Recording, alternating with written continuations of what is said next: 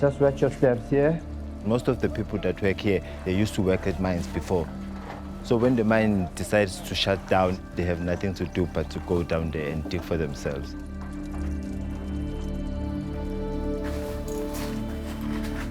We find that coal is our natural resources. It's the only thing that can generate electricity at this point in time. The owner of the mines are here to get profit. They don't care what's going on with the communities. Any activity by human beings will somehow, change the ecosystem that we operate in. Where the guys work, it's way, way, way too far. I don't think we can. About 1.5 kilometers. Yes, South Africa does have mountains of coal, but we also have mountains of asbestos. But we decide to leave asbestos in the ground where it belongs. Where the coal mines and the power stations are located is amongst one of the most polluted areas on Earth. There are very, very large costs to coal mining. You're basically signing death warrants for people who live there. The people here are working just to put food on the table. Very, very tough to survive.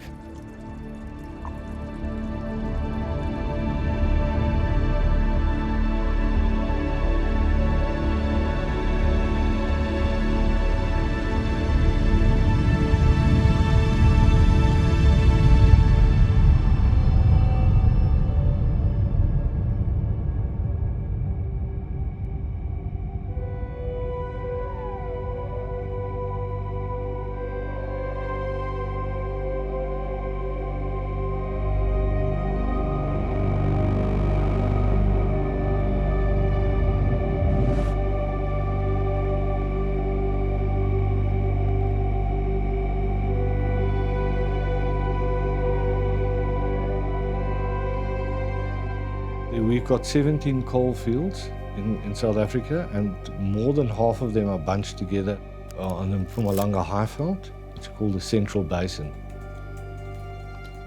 In our research, we have spoken to many people. I think it's really bad on the ground. It's really, really bad.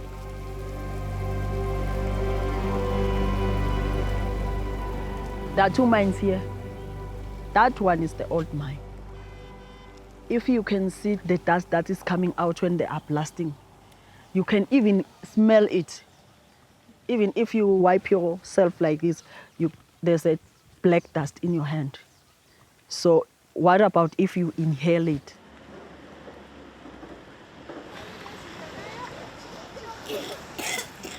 I moved to Mpumalanga Highveld for better future. I've worked in the mines and I was affected with sinus while I was working there. In 2013, I got my firstborn. So he gets sick, he's struggling to breathe. He was admitted at the hospital. They diagnosed him with a bronchitis asthma. I visited one doctor and asked why. So he told me the area that we are living in is too dirty. So most of the kids are affected with asthma because they are inhaling dirty air. 2015, I get my second born. 6 months down the line, she was admitted at the hospital having the very same signs. They sometimes struggle to breathe and they struggle to speak. Sometimes they don't breathe at all. You can even see that she or he's gone. We know from international studies that a range of about 2 kilometers around each power station, the soil is enriched in heavy metals that come out of the coal. There's sizable pollution. And for a long time, I know, since the late 80s, I think we've known that we were equal to what was then East Germany in the bad air quality on the Highveld. There's something called a red ticket, which is a test you do before you get employment, mostly at power stations and in the mines. And locals tell us that they regularly fail the red ticket test because they've grown up in a very polluted area. As they've grown up, they're unfit for work.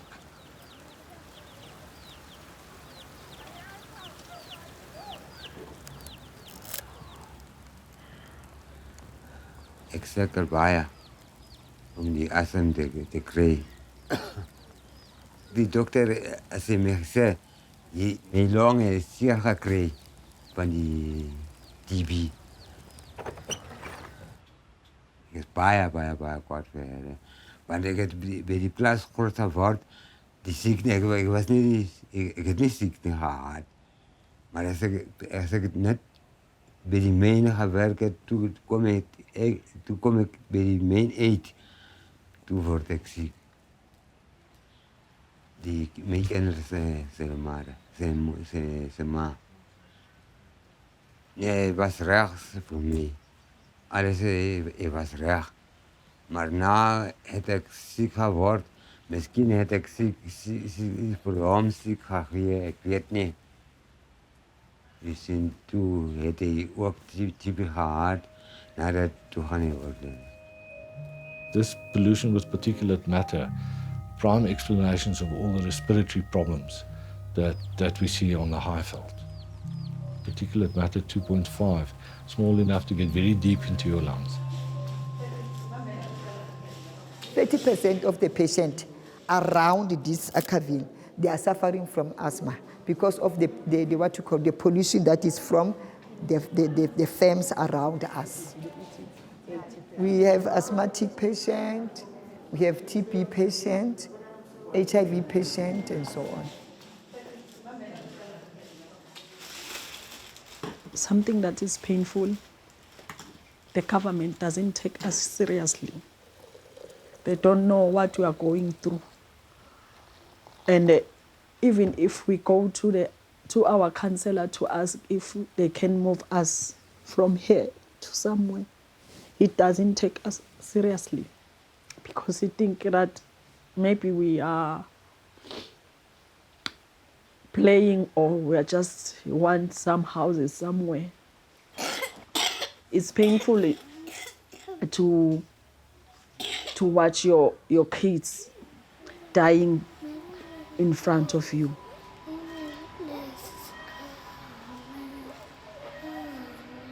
The Highveld is a sacrifice zone for a carbon-intensive economy, and the people who live there have been sacrificed.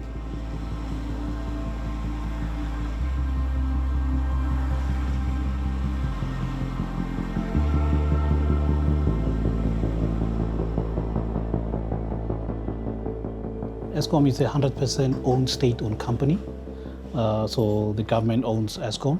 Eskom does support, the coal industry. The big portion of our energy generation is based, on coal. There's been historically a symbiotic relationship between the coal mining industry and Eskom.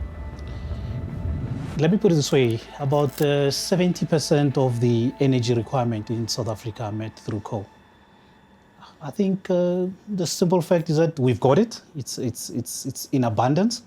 Yeah, we still have probably 200 more years of coal, in the ground. Is it immoral to open yet another mine in an area like Highveld that's clearly got extraordinary levels of pollution, even on a local level? Yeah. What you need to realize, as I mentioned, on average over the past 10 years, coal production in South Africa has remained fairly stable between 250 and 260 million tons per annum. As and when you open new mines, other mines are closing down.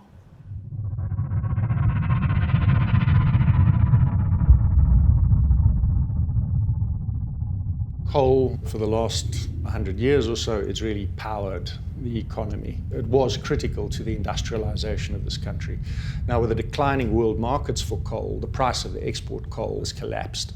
So the economics of the thing has changed. I'm a public interest lawyer concerned particularly about mining and mine communities. Presently, we're putting together a series of legal actions against the coal mining industry. It's a bit of a race against time. There is massive restructuring and reorganization taking place. Essentially, the big majors, the big players who were all involved in the South African coal mining industry are getting out as fast as they can, selling off their assets, splitting them up into tiny parcels, and a corresponding upsurge in small, fly-by-night little companies with very little accountability, doing what they will. There's no management. So the richest seams are being mined out, and everything else is being abandoned. I mean, Optimum is a perfect example, one of the biggest coal producers in the country for years. Welcome to Optimum Coal, a company that combines productivity, Captured by gangsters. and innovation. They looted the rehabilitation funds and walked away. South Africa, we provide You know, the mines closed, thousands of people lost their jobs, We believe in enriching the lives of our employees and enhancing value and for we're our left with these gaping holes in the earth over 3,000 employees. and no resources to fix them. So we've got a toxic mess of an environmental disaster, social decay, collapsing infrastructure, urban infrastructure, you know, water systems, sewerage systems and the like. And you're left sitting with what looks like a post-apocalyptic nightmare.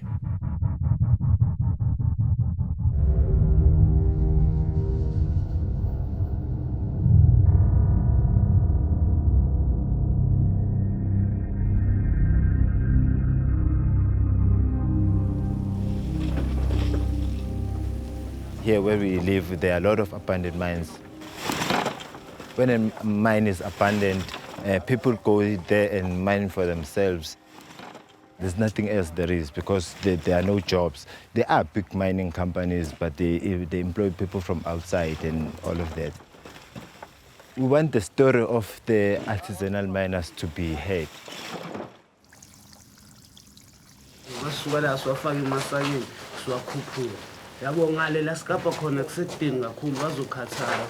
So they work the coal over there and take the coal and put it here on a stockpile and then load it on the sacks and then they take it up. And you can see it's quite heavy. This is another shaft. They go many kilometers down there to work, and then when they come back, they stockpile the coal here and same routine again, pack it and take it out. I'm an environmental activist, so I know that mining is bad. And we have huge Eskom power stations that are busy destroying the environment and contributing to climate change. Just come here and take the minerals and leave the people here hungry and leave the people here not working. These guys, yeah, they adapt illegally, so there's that stigma around them. Yeah, see this guy holds this sack from all the way down there and up the stairs. And when he came here, when he just put the sacks down, and here is a police van here coming and say, no, this guy is a criminal. After all this hard work this guy has done. Stealing from anyone. And they're just gonna take away and say the coal belongs to the mine, of which the coal was here before the mine was here. They say it's mine property and the coal belongs to the mine, stuff like that. These people are not criminals because they're just fathers and brothers looking for something to put on the table. Try and find out whose mine that is. I mean, for starters. Try and work out, if you see these abandoned workers, you try and work out. It's layers upon layers of companies and rights and sessions. The DMR couldn't tell you who they belong to. Where the records, we don't know. No, dead end.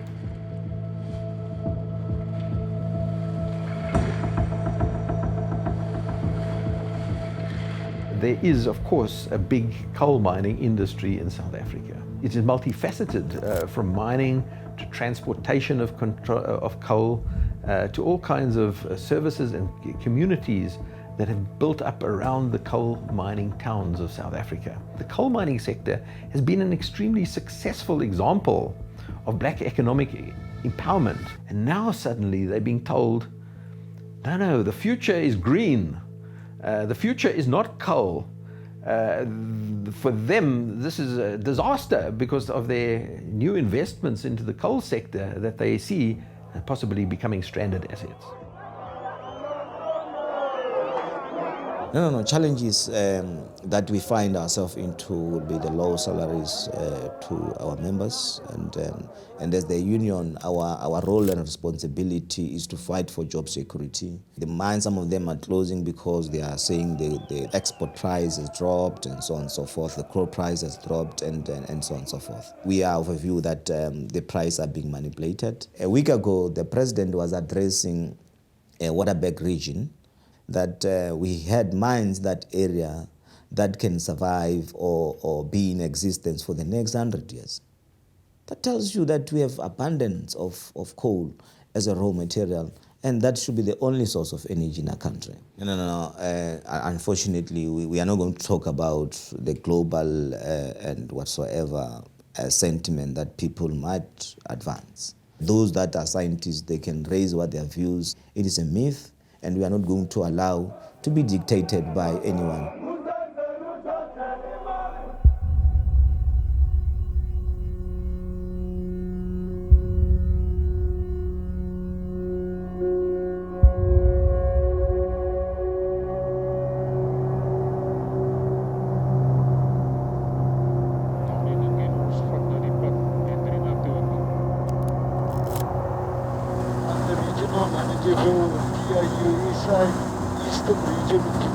It's a farmers' union, and we look after the farmers' interests. This is the highveld of Mpumalanga. Very, very fertile agricultural area. Cattle, sheep, maize, soya beans, anything basically can grow here. Open cast mining has a severe impact and effect on farmers' operations on their farms, especially sheep and use of water. You will know if waters like that, it's not fit for human consumption for animals or for anything. You can't even use it to spray crops because it's poison. It's actually criminal. We must be honest about it. Some of the farmers sell their farms at huge profits to the mines because the mines can pay them so much more than what the fellow farmer will buy them, but it does have an impact on the other farmers. You remember that young Swedish girl that went to the United Nations? What will she say if she was in this aeroplane today, seeing this? What would her reaction be? How is it possible that this can be recovered again in a short time? This will take 200-300 years to recover.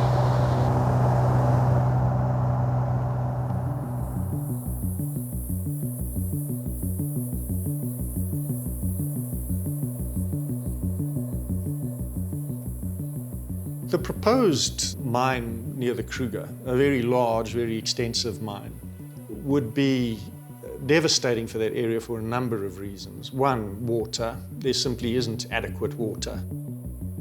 Two, it would destroy thousands of hectares of high-yield agricultural land. And thirdly, it would be on the border of the Kruger National Park, which is one of a World Heritage Site. It would do damage to the tourism industry, which is one of the few bright spots we have here. We've been approached regarding this Kruger coal mining project by a number of local community organizations.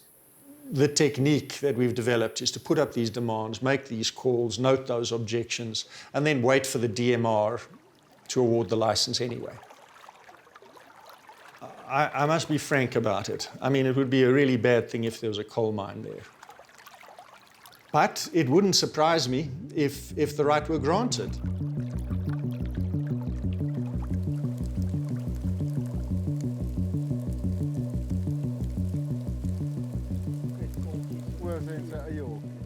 I was at a meeting where they promised 500 jobs with this specific mine. But what happened is that the mining company brought their own laborers in. They did not recruit locals to work at the mine because their laborers were already trained as miners, so just brought them in and started mining. They make all these promises about jobs and security and the contribution to the local economy and the community, and then they just leave.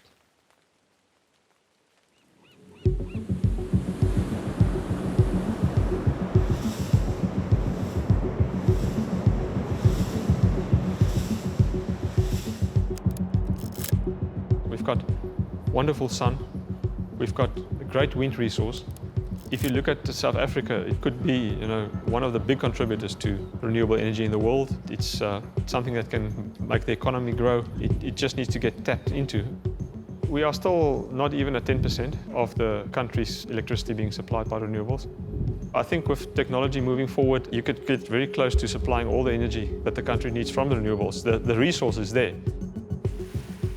Quite a few of the turbines in the country can actually produce more electricity than what they were originally designed for.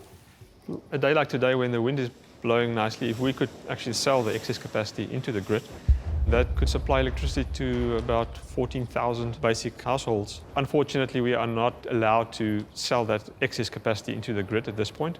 We are capped at the old contractual capacity. If we were to rely on solar, look at today's weather, it's raining. We don't control weather. If we go all over a month without wind and so on and so forth, what will then happen to the electricity security of the country? So we are saying, with coal we are sure. We go, we mine, come rain, come shine, everything is always fine with coal. More and more people are realizing that we are a very water-scarce country. If you look at some of the coal-fired power plants in Mpumalanga and other parts of the country, it's actually massive amounts of water that they consume. One of the big benefits of renewables, they don't consume any water. So I don't believe anybody in South Africa is seriously suggesting that we can switch off our coal-fired power stations, which provide 80% of the power in South Africa currently, tomorrow.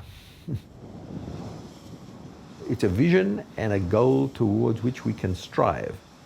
This is not a South African trend, this move away from coal. It's a global trend. So, one can try all one likes to hang on to a dying industry, but you can't fight a wave. You have to ride the wave. And the wave of the future is not coal. For me, it's better that they ride the wave instead of being left out to sea looking for the next wave while the winners are having cocktails on the beach. If we say we are no longer going to generate coal through coal-fired power stations, and we are going to solars and so on and so on, how many people are going to be employed in those initiatives? If you compare per unit of electricity produced, both in the operating and in the construction phase, the number of jobs in the renewable area is higher.